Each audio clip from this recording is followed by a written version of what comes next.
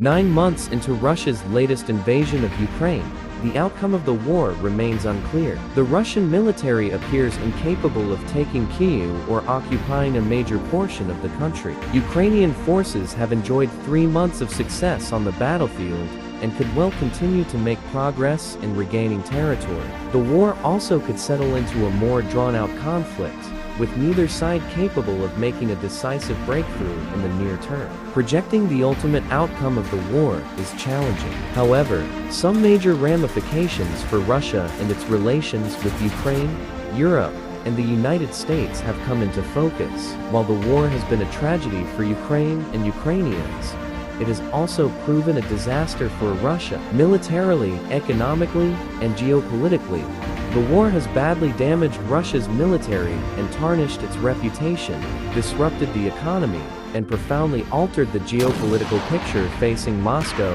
in Europe. It will make any near-term restoration of a degree of normalcy in US-Russian relations difficult, if not impossible, to achieve.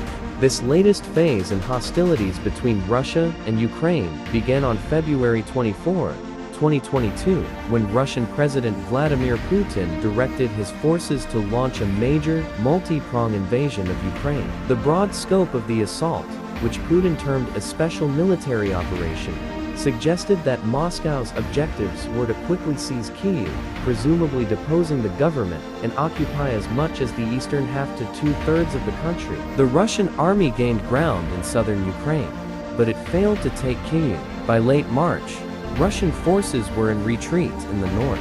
Moscow proclaimed its new objective as occupying all of Donbas, consisting of the oblast regions of Luhansk and Donetsk, some 35% of which had already been occupied by Russian and Russian proxy forces in 2014 and 2015. After 3 months of grinding battle, Russian forces captured almost all of Luhansk, but they made little progress in Donetsk, and the battle lines appeared to stabilize in August. In September, the Ukrainian army launched 2 counteroffensives. One in the northeast, expelled Russian forces from Kharkiv Oblast, and pressed assaults into Luhansk Oblast. In the south, the second counteroffensive succeeded in November in driving Russian forces out of Kherson City and the neighboring region, the only area that Russian forces occupied east of the Dnipro River, which roughly bisects Ukraine. Despite 3 months of battlefield setbacks, Moscow has shown no indication of readiness to negotiate seriously to end the war.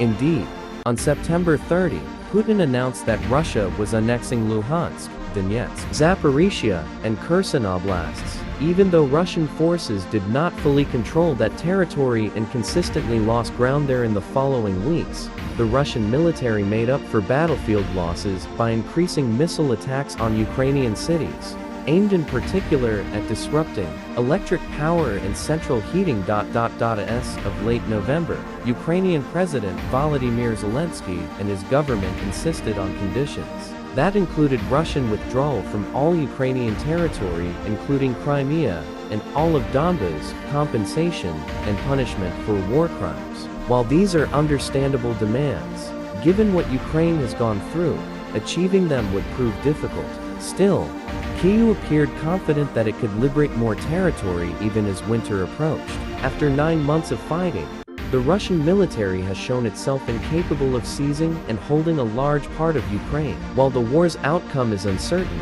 however the conflict ends, a sovereign and independent Ukrainian state will remain on the map of Europe. Moreover, it will be larger than the rump state that the Kremlin envisaged when it launched the February invasion. Whether the Ukrainian military can drive the Russians completely out, or at least back to the lines as of February 23, is also unclear. Some military experts believe this is possible, including the full liberation of Donbas and Crimea. Others offer less optimistic projections. The U.S. intelligence community has forecast that the fighting could drag on and become a war of attrition. Of all the pieces of the Russian Empire and Soviet Union that Moscow lost when the Soviet Union collapsed in 1991, no part meant more to Russians than Ukraine. The two countries' histories, cultures, languages, and religions were closely intertwined. When the author served at the U.S. Embassy in Kyiv at the end of the 1990s, most Ukrainians held either a positive or ambivalent view regarding Russia. That has changed. Today, most Ukrainians regard Russia as an enemy.